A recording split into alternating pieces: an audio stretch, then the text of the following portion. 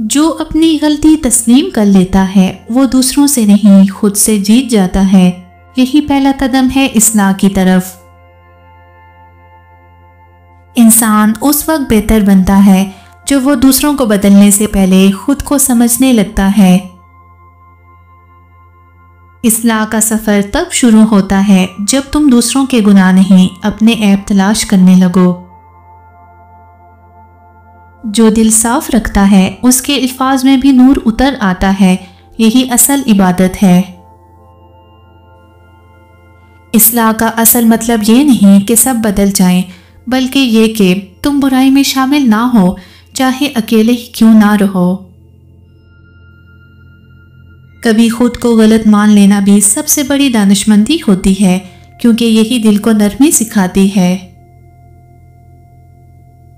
لوگوں کو نصیحت کرنے سے پہلے اپنے کردار کو آئینہ بنا لو، تب تمہاری بات خود اثر کرے گی۔